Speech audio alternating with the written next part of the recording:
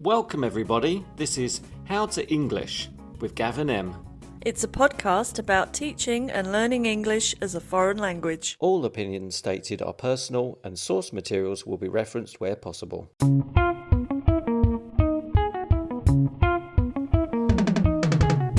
Are you ready? Hi, yeah, I'm ready. Okay, let's begin. How are you, Gav? I'm good. Should we say hello to all the lovely listeners?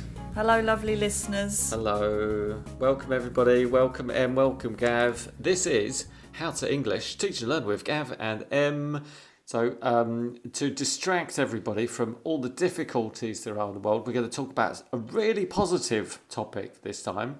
Yes. Because do you think the last episode was a little bit, we started getting a bit negative? Maybe a bit. Okay, so this time we need to bring it back. This is like an antidote. It is an antidote to our sadness. No, we don't have sadness. We're not that sad. I mean, don't overdo it. Okay, I'm just building it up. All right. So we're going to talk about what's fun about teaching and learning Did we English. agree on... Sorry.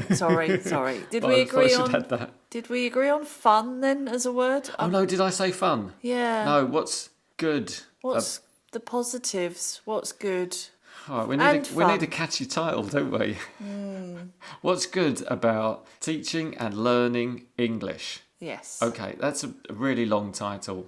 All Can right. we even write that many words in the title? Teaching and learning English. The positives. What about that? Yeah, that sounds like a self-help book. All right, all right, we'll work it out before we publish it. Okay. Positive aspects of teaching and learning. Oh, that's it. You need to write that down because I'm not going to remember it. Oh, well, Okay. you've got it recorded if you need it. Okay. So we should probably highlight things like, first thing I think of for teachers, it usually means you travel abroad, as you and I have. Mm-hmm. So whether you're not even travelling abroad, but maybe travelling to a different city, to a different place. Sometimes, yeah, well, would you say usually? You said usually. But Yeah. of course, there's the other way that the students come to your country and there's that too. But yeah, if you are travelling abroad... That's good. So It's it works for amazing. both. You've just jumped straight to, and on the other hand, students travel abroad to learn English in, could be in an English-speaking country. I think a lot of this is going to be both ways, actually. A lot of it applies both ways. So definitely seeing new places is a big plus. Yes. Now I'm thinking about students travelling to the UK or travelling to America, visiting big cities, going and seeing the monuments and the bridges and the wonderful things that are there. So it's kind of combining a holiday and intensive English lessons, and also, going to hotels, restaurants, ordering food, talking to people, requesting and stuff. Experiencing the culture, different really good. places. That's a great thing. And as you said, as a teacher, it's more permanent. So you often live somewhere for quite a while, and you get to know that culture a bit more than maybe a holiday would give you. Yes. And that's an amazing experience. You get a deeper insight into that culture. Yeah. Absolutely. And that like you said, that is different, because when you go on holiday, you just kind of, it's a bit more maybe superficial, and you might be staying at a resort or something. But when you really go to that city, and if you're a teacher, you're meeting people, and I want to get onto this topic soon, but you're meeting real people who live in that city, and you're going to have real experiences, which is cool. Let's just get onto it, because I think that's a massive benefit. Was that all we can say about travel then? Well, no, I think you could say a lot more, but well, let's just keep it to travel is amazing. You get to see lots of things and different places and experience cultures. Yes. But as a teacher in that place, you also get to, well, any place, I think you get to meet some incredible people in a very diverse range of industries, and just fascinating individuals. For me, anyway, it's like everybody from any kind of company can give you some knowledge that you didn't know, and it's a very learning experience for a teacher, I think, as well. It's a very learning experience. That's terrible English, isn't it? It's It's a very good learning it's experience? a very good learning experience for the teacher. It's a very rewarding? Very rewarding, and maybe, for the the diversity Okay. of it. Yeah, I think that because I sometimes walk into a bank and then I get out my ID and then they say, "Okay, this way, Gav." And then I walk through the sort of secure area. I go into the lobby. I'm up the stairs and into the offices and things. You just can't do that in normal life. You just can't do that. You get to go behind the scenes, don't you? So even in somewhere that's quite everyday, like a bank or a finance office or whatever, insurance. Government buildings. Well, yeah, but that's not an everyday place. Maybe it is for some people. Libraries. I don't go there very often. But you get Museums. to see, as a part of it. Yeah, Yes. exactly. Museums, you get to go sort of to the bits where you don't usually get to go. Yes. And You feel a bit privileged, which is nice. so that's great. So you feel privileged. That's I what is do. I really, often really do. cool. I really like that about it. Yeah, and even preparing those lessons for those people, I think maybe it's hard sometimes, but you also get to go into a little world of that industry or that person, or even just people that aren't even working, that have just got hobbies.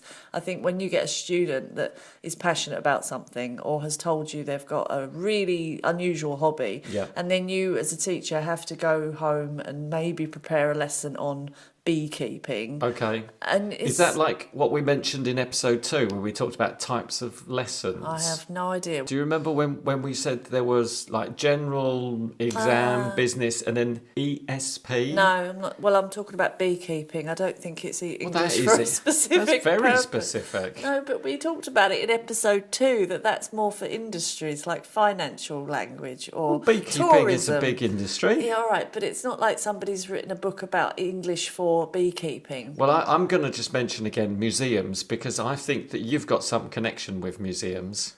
And you might be teaching behind the scenes in the museums. Yeah. That is really specific language. Well, that's ESP, isn't it? Maybe. I don't know. I'm still not clear on it, but that's my point. It's great when you then have to... I mean, some people call it work, but I just like the whole thing of looking into something I don't know. Yeah, and learning something new. Yeah, and then going in with something you've found that's really interesting, or even just the students telling you about that thing, and you're just sitting there thinking, I'm getting paid to learn about this incredible thing that I had no idea about. I learn so much from my students. It's brilliant. I'm working in an airport, for example. Yeah. When you do that, and you learn so many interesting things, and you go behind the scenes.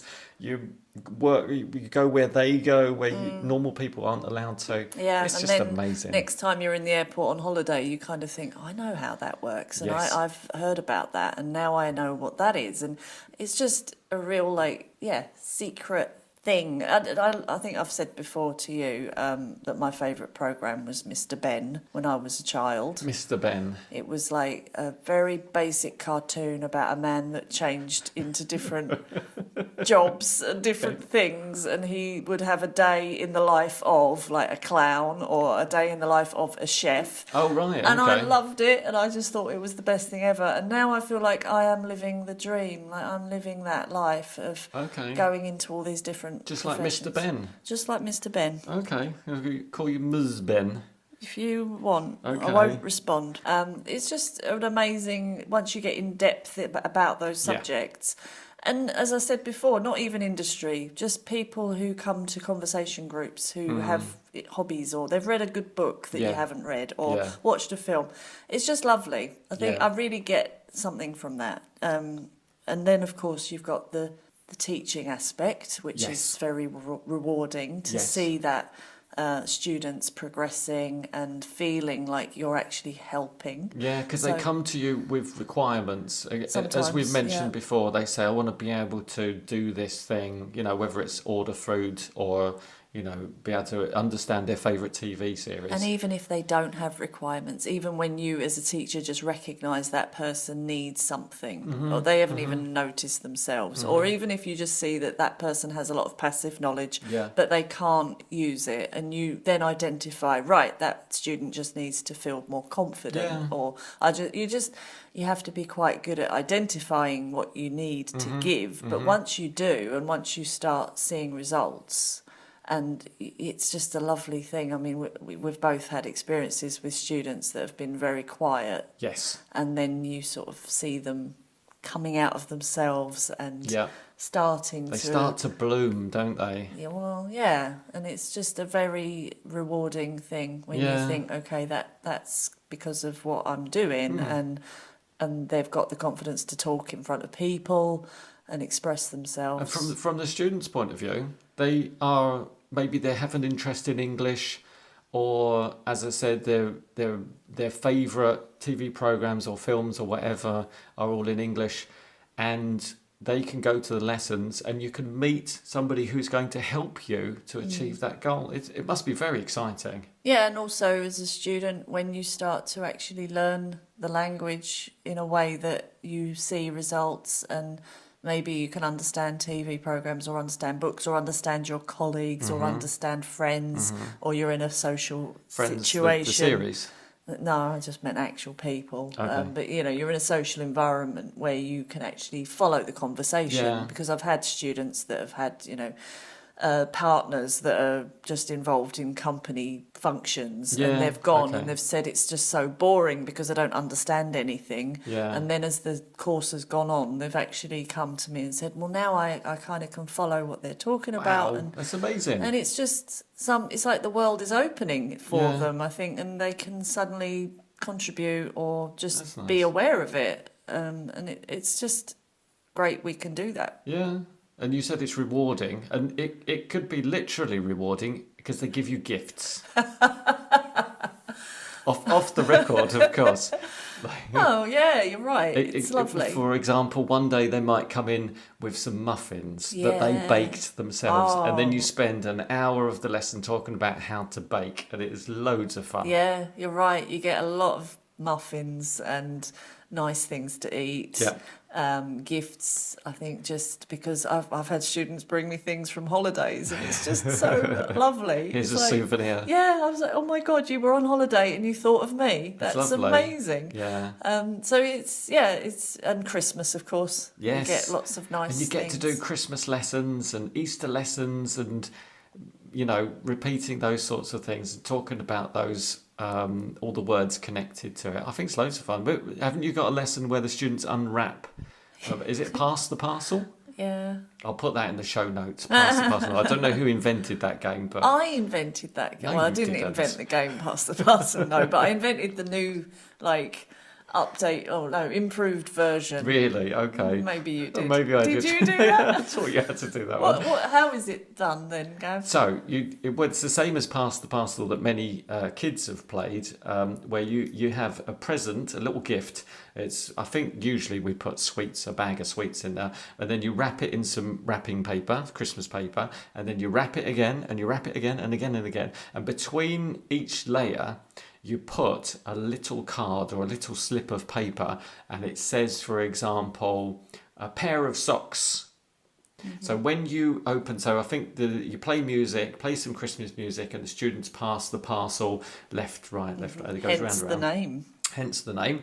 And then when the music stops, one of the students opens the first layer of paper, of wrapping paper, and they see this slip of a little card inside, and it says, this is the gift that you got from the person on your right, and you got a pair of socks, and then you turn to the person and say, oh, thank you, I've been wanting this pair of socks all year, I love them. I think I've adapted that slightly, I'm afraid, to make it into more like a game where they say, oh, it's just what I wanted. It goes on your feet. It keeps them warm in the winter, and it's knitted. And the other person says, oh, yeah, I got you socks, which is a strange concept because you would have to forget what you bought. But anyway, it's a great game. That is a good adaptation of my game. I think we've deviated slightly from the theme, but it is about giving and taking and rewarding people. That's a nice thing, and it's fun to celebrate the special days. You can celebrate your birthday with your students. You can celebrate Christmas, all those other festive times. Yes, that's definitely and these might nice. be